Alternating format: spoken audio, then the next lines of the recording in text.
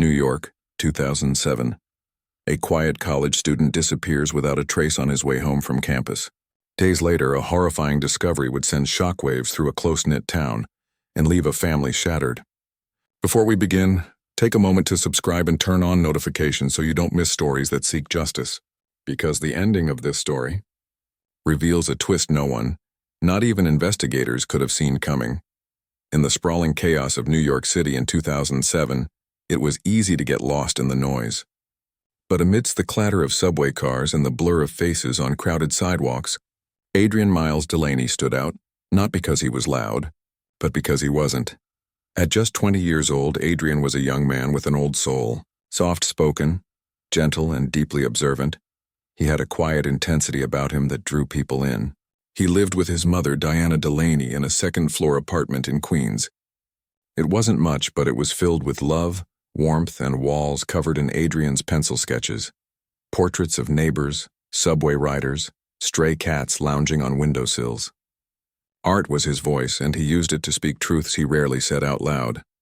A community college student pursuing a degree in graphic design, Adrian was driven by a dream to one day create stories that mattered. He wasn't flashy. He didn't go to parties. Instead, he volunteered at a local animal shelter every Saturday morning, where he brushed dogs, fed cats, and sat quietly with the anxious ones until they stopped shaking. His friends described him as the guy who always checked. And whether it was a classmate who missed a lecture or a neighbor who looked tired, Adrian noticed. He texted people after they got home. He offered to help carry groceries. He was the kind of person who remembered your birthday when no one else did. To his mother, Adrian was her only child, her whole world. She raised him alone after his father left when he was just a toddler. They weren't wealthy, but they had built a life together based on trust, routine, and love. Diana often said she never had to worry about Adrian. He was careful. He was predictable. He was always home for dinner by 8 p.m. That's why March 14, 2007 stood out. That night was cold and windy. Diana had made Adrian's favorite, baked ziti with extra cheese.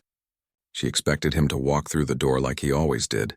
His coat buttoned all the way up, sketch pad under one arm, earbuds tucked in. But 8 p.m. came and went. Then 9 by 10 she was calling his phone, straight to voicemail. She told herself he probably got caught up in something. Maybe he stayed late at the library. Maybe his phone died. But when midnight rolled around and there was still no sign of him, no text, no call, Diana knew something was off. She called friends. None had seen him since earlier that day. She called hospitals, nothing. She called the police, they told her to wait. He's 20, they said. Give it a few hours. He's probably just out late. But Adrian didn't go out late, ever. Diana didn't sleep that night. She sat by the door, staring at it, willing it to open. It never did. The next morning, she filed a missing persons report. The official search began. But even as officers began asking questions and reviewing surveillance footage, a haunting question hovered over everyone who knew Adrian. What happened to him that night, and why did his routine, so solid and predictable, suddenly vanish into thin air?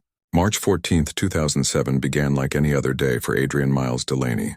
He had classes in the morning, grabbed a late lunch from the food cart near campus, chicken over rice, his go-to, and then tucked himself away in the community college library. Final projects were approaching, and Adrian was the type who never waited until the last minute. According to his classmates, he was laser-focused that afternoon, headphones in, sketching quietly at his usual corner table. At 6:58 p.m., campus security cameras captured him exiting the building. He looked calm. No one was with him. Backpack over one shoulder, jacket zipped to his chin. Adrian stepped into the chilly evening and made his way toward the subway. At 7:03 p.m., his final text was sent, "Heading home now." It was to his mom, Diana, a simple message, part of their usual routine. He boarded the F train at Parsons Boulevard station. After that, nothing. Diana started to worry by 8:30. She texted once, then twice. No response. By 9 p.m., she called. Straight to voicemail. That wasn't like Adrian. His phone was always charged, always on. By 10:30, she was pacing the apartment, calling hospitals, checking bus routes, texting his friends. Everyone said the same thing. They hadn't seen or heard from him. He hadn't mentioned going anywhere. At 11:15, she called the police. The officer on the line was polite but dismissive. "He's probably with friends," they said. It's only been a few hours, but Diana knew better. Adrian wasn't impulsive. He wasn't a partygoer. He didn't disappear without saying something. She stayed up the entire night. With every hour that passed, the silence became louder. Every creak of the hallway, every buzz of her phone, it all brought false hope. And every time the door didn't open, her fear grew darker. By sunrise, she was at the local precinct filing a missing persons report. Detectives began retracing Adrian's steps. They pulled footage from the campus and surrounding streets. The image of Adrian walking out of the library was clear, but after that he vanished into the New York City night. The MTA provided grainy footage from the subway platform. Adrian's figure could be seen boarding the F train, but there were no working cameras in the specific subway car he entered. No confirmed sightings after that. They interviewed students, professors, janitors. Everyone said the same thing. Adrian was kind, focused, and never seemed troubled. He hadn't mentioned any issues. He wasn't dating anyone. No one recalled any arguments or odd behavior. Flyers went up around Queens. Diana printed hundreds, each with a photo of Adrian smiling, arm draped around their tabby cat, Milo. The caption read, "Have you seen my son?" But in New York City, people go missing every day. Media outlets didn't pick up the story. Police followed standard protocol but quietly deprioritized the case. Without leads, there wasn't much to go on. By day 2, even the most optimistic officers began to admit something was wrong. Adrian hadn't used his Metro card since that night. No phone activity, no bank transactions. It was like the city had swallowed him whole. Then, on the morning of March 16th, 2 days after Adrian's disappearance, a jogger in Alley Pond Park noticed something strange near an overgrown trail. A torn backpack, partially hidden beneath brush. Officers responded immediately, and within hours, the quiet disappearance of Adrian Delaney turned into an active crime scene. What exactly was found in that park, and would it confirm Diana's worst fears beyond all doubt? March 16th, 2007. Just after 7 a.m., a local jogger made his routine run through Alley Pond Park in Queens. A quiet, wooded space nestled between highways and neighborhoods. The path was damp from overnight rain, the ground soft underfoot. But something off the trail caught his eye. A flash of color where it shouldn't be. Curious, he stepped off the path and walked toward the brush. There, tucked beneath a thin layer of leaves and twigs, was a black canvas backpack. At first glance, it looked discarded. But when he picked it up, it had weight, and inside it held heartbreak. There was a sketchpad, pages curled at the edges but intact. The images were intimate and detailed, faces of people in thought, in transit, in solitude. The jogger handed it to the police when they arrived minutes later. Inside the front pocket was a student ID, Adrian Miles Delaney. The scene changed instantly. NYPD sealed off the park, and crime scene units combed the surrounding woods. 20 yards from the trail, under a cluster of pine trees, they found a single white sneaker. Nearby, a dark jacket, torn with faint traces of blood along the collar, and then the body. It was Adrian. He was lying face up, arms at his sides, clothing disheveled but intact. There were no gunshot wounds, no signs of blunt force trauma. But the bruising around his neck told a grim story. Adrian had been strangled. The initial assessment raised unsettling questions. His wallet and phone were gone, but not the backpack. Nothing of significant value seemed to have been taken. There were no cuts, no scratches on his hands or arms, no defensive wounds. That suggested he hadn't fought back. Either he knew his killer or he never saw it coming. Investigators searched the area for hours. They canvassed nearby homes, brought in dogs, even dredged a nearby pond. But there were no witnesses. No surveillance cameras near that part of the park. The trail where Adrian was found was isolated, rarely used, especially at night. The autopsy confirmed the cause of death as manual strangulation. Toxicology was clean. There were no drugs, no alcohol. Just bruising, broken cartilage in the neck, and a timeline that placed the murder likely within hours of Adrian's disappearance. Diana was brought to the station later that day. When detectives broke the news, she collapsed. "Not Adrian," she said again and again. "He never hurt anybody." The media finally took notice. Headlines called him the gentle artist. Vigils were held across Queens. His professors shared stories of his kindness, his talent. Students wore ribbons in his memory. But grief quickly gave way to pressure. Who would do this? Why Adrian? Police explored every angle. A robbery gone wrong seemed unlikely. His face wasn't beaten, and there were no clear signs of struggle. A hate crime? Maybe, but there was no evidence. A random attack? Then why leave the backpack, his art, untouched? There were no fingerprints. The soil had been disturbed by rain, and the small sample of DNA found beneath Adrian's fingernails was too degraded to identify in 2007. Without surveillance or eyewitnesses, detectives had little to go on. Public confidence in the investigation began to falter. Diana, shattered and exhausted, still appeared on TV pleading for answers. "My son didn't just vanish," she said. "Someone did this, and they're still out there." What did the early investigation uncover? And would the killer's identity prove closer than anyone expected? In the days after Adrian Delaney's body was found, the NYPD launched a full-scale investigation. Detectives from the 111th Precinct fanned out across Queens, working around the clock. The case was assigned to the Homicide Task Force, and pressure from the community was mounting fast. Investigators began by combing through every inch of Alley Pond Park, hoping to find something they missed: an item of clothing, a discarded weapon, a footprint, anything.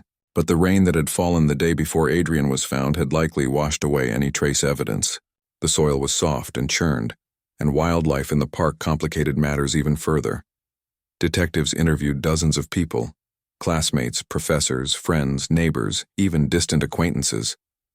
They reviewed Adrian's emails, class notes, text messages. A few days before his death, Adrian had exchanged messages with a fellow student and artist about a collaborative project. The tone was casual, even enthusiastic. Nothing suggested tension. One lead seemed promising: a classmate Adrian had clashed with during a group project the previous semester. There had been a heated argument in front of other students, but when police questioned him, he was cooperative and had a verified alibi. He'd been working at a downtown diner on the night Adrian disappeared. Time-stamped receipts and surveillance confirmed it. Another theory considered was robbery. But Adrian's backpack, containing his sketchpad and books, was left behind. His phone and wallet were gone, but there was no sign of a struggle, no facial bruising or defensive wounds. It didn't fit the usual pattern. Was it a hate crime? Adrian was quiet, artistic, and had a gentle presence that may have made him a target. But there was no specific evidence to support that idea either. His digital life showed no threats, no harassment, no signs he was being followed or stalked. The investigation hit a wall. Flyers featuring Adrian's face, smiling, warm, hopeful, were plastered across the boroughs. Diana went on television, her voice shaking but clear. "Please, if anyone saw anything, say something." My son mattered. Crime Stoppers issued a reward, $10,000 for information leading to an arrest. A few tips came in, but they led nowhere. One person thought they saw Adrian arguing with someone near a gas station, but the timeline didn't match. Another claimed he'd been followed home once, but there was no corroboration. Public frustration began to grow. The case was beginning to fade from headlines. Other stories took over. Other crimes, other faces. Adrian's name slipped from the nightly news. Behind the scenes, though, investigators started reviewing the park itself more closely. Alley Pond Park was large, wooded, and easy to access from several streets. It had a history, a few incidents of violence over the years. One in particular stood out: a similar attack in 2003, just a few hundred yards from where Adrian was found. The victim had survived but refused to press charges. The attacker was never caught. Police reopened that report. The description of the suspect was vague: white male, mid-30s, medium build, but it raised new possibilities. Could Adrian's death have been linked to a pattern, or to someone who knew how to use the park's isolation to their advantage? Meanwhile, Diana refused to let the world forget. She set up a website in Adrian's name. She wrote open letters. "He was my only child," she wrote in one post, "and I won't stop until someone tells me why this happened." Still, the silence persisted. Could a deeper look into that location and someone from Adrian's past hold the answer that had evaded them all along? By 2012, 5 years had passed since Adrian Miles Delaney's life was stolen. 5 birthdays missed, 5 Christmases without him, 5 winters where Diana Delaney returned to Alley Pond Park, not because she wanted to, but because she couldn't bear the idea of Adrian being alone. She brought flowers, sometimes candles, sometimes just herself. Rain or snow, she stood near the same trail where his backpack had been found. She prayed quietly. She whispered things only a mother could say to a child long gone. Adrian's room remained exactly as it was in March 2007. The posters on the wall, the sketchbooks on the desk, his favorite hoodie still hanging on the back of his door. To her, preserving it was a way of holding on to the last moment before everything broke. The case itself had grown cold. By 2009, most of the original investigators had moved on, some retired, some reassigned. The box labeled Delaney Homicide collected dust in an NYPD evidence room, filled with transcripts, photos, and unsolved questions. A partial DNA profile taken from Adrian's jacket collar had been sent to multiple labs. The result was always the same, incomplete. Not enough to identify a suspect. Not enough for an arrest. In 2014, a glimmer of hope. A new detective, Sergeant Colin Harrell, joined the cold case unit. Reviewing older files, he came across Adrian's case. Something about the stillness of it, the lack of motive, the silence, struck a nerve. He requested the entire file be reopened for internal review. Harrell noted several inconsistencies in the original scene documentation. The location of the shoe didn't match the assumed trajectory of Adrian's last known movements. The autopsy photograph showed faint bruising along Adrian's forearms, missed in early reports, possibly indicating a brief struggle. And the partial DNA, while unusable back then, might now yield better results with newer technology. He ordered the jacket retested using updated protocols, including probabilistic genotyping. Unfortunately, the sample was too degraded. It yielded no usable match. Still, Harrell documented everything. He reached out to Diana personally, assuring her the case was not forgotten. She was grateful but guarded. She had heard that before. The years dragged on. Diana turned her grief into action. She joined advocacy groups for families of cold case victims. She participated in marches. She attended meetings about forensic reform. She kept a 3-ring binder full of notes, police contacts, dates of calls, and emails. She wasn't just waiting. She was building pressure, one line item at a time. She also created a social media page titled Justice for Adrian. It didn't go viral, but it reached people. Other grieving parents reached out. Journalists occasionally contacted her asking for interviews. She always said yes.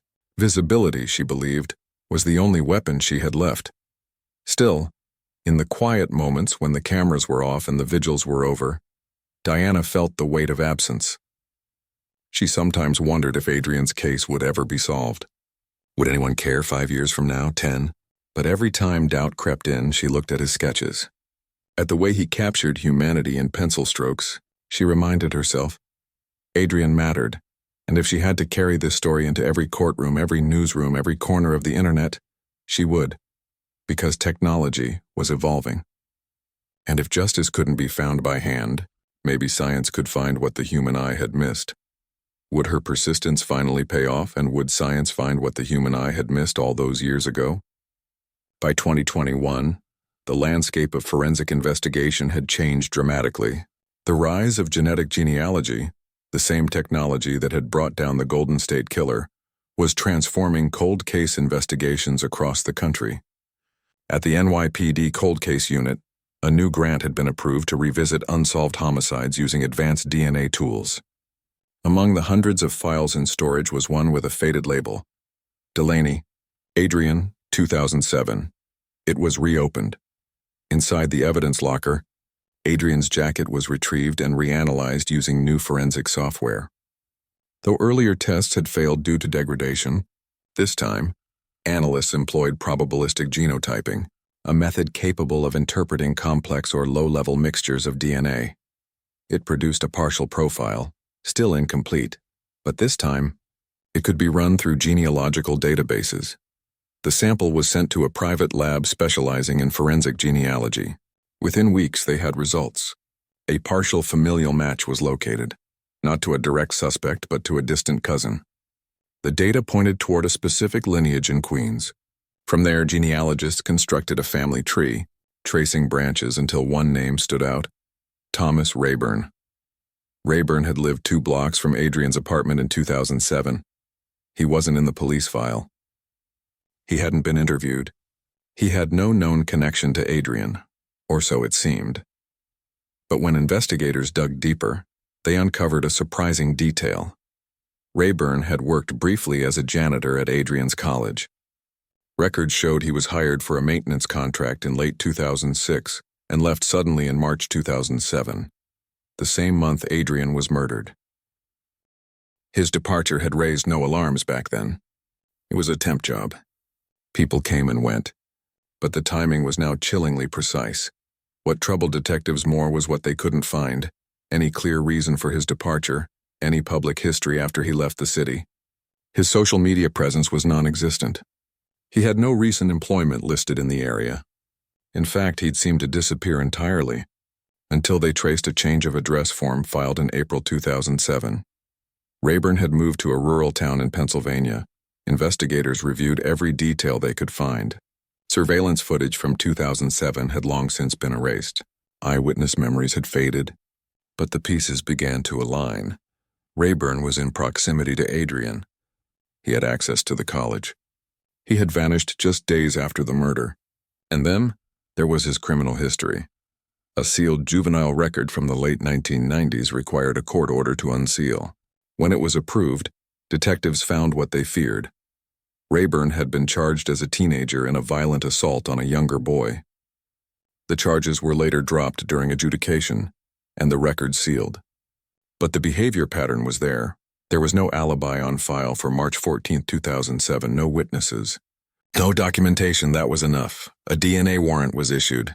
Officers quietly surveilled Rayburn's home in Pennsylvania.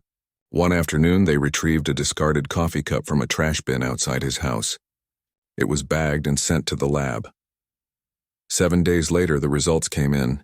The DNA from the coffee cup matched the partial DNA found on Adrian Delaney's jacket. The confirmation was irrefutable. After 14 years, the unknown was no longer unknown. The NYPD prepared to make the arrest. But who was this man?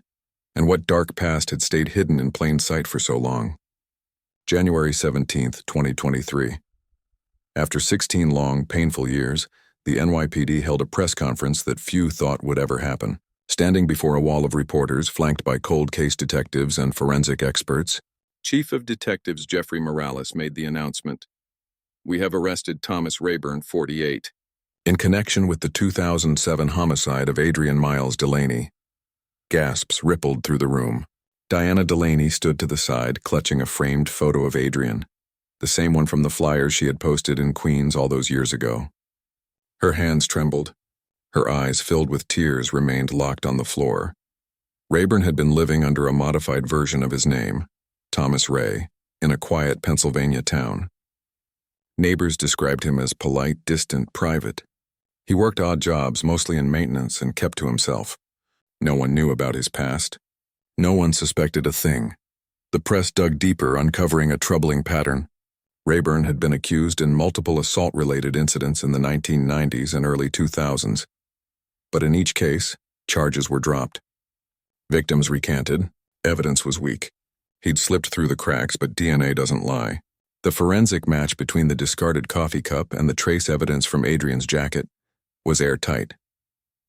Within 48 hours of the press conference, Rayburn was extradited to New York. Cameras captured the moment he was led in handcuffs into the Queens County Courthouse. He wore a simple gray sweatshirt, his head lowered. No emotion.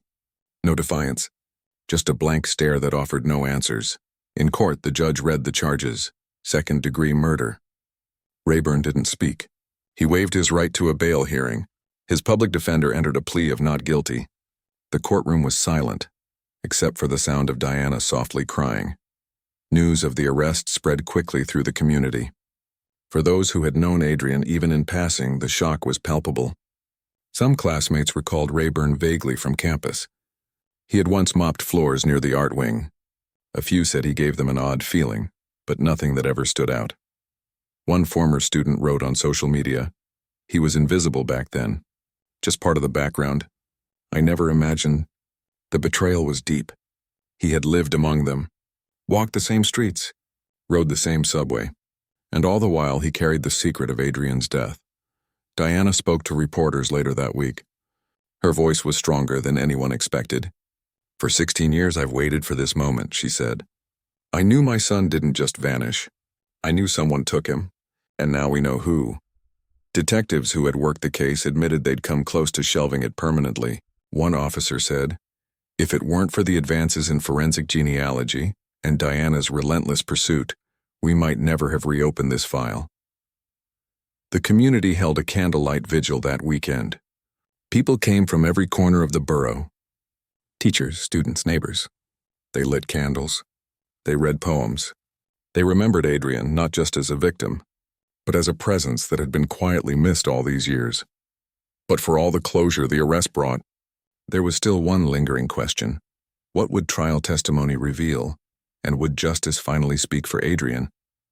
The trial of Thomas Rayburn began in late September 2023 at Queens County Supreme Court.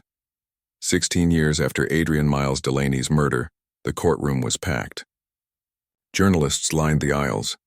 Local residents sat shoulder to shoulder with Adrian's former classmates, professors, and strangers who'd been following the story since the cold case was revived.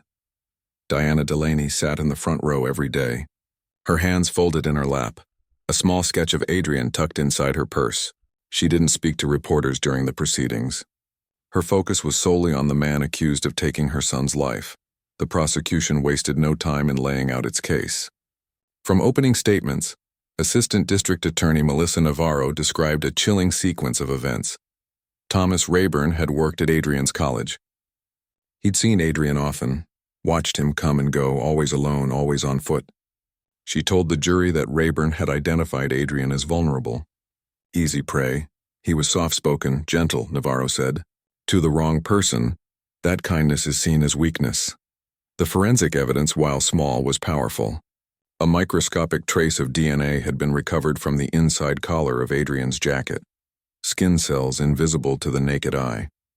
A genetic genealogy match had led investigators to Rayburn. Then, a direct DNA sample from a discarded coffee cup sealed the case. The match was confirmed. But perhaps most disturbing was the testimony of a former janitorial co-worker from the college.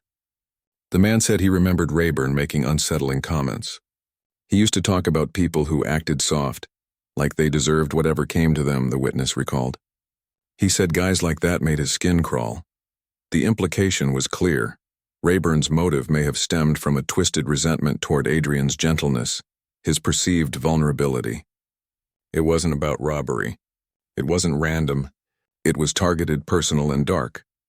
When Diana took the stand, the courtroom fell silent. She spoke calmly, but her voice cracked under the weight of memory.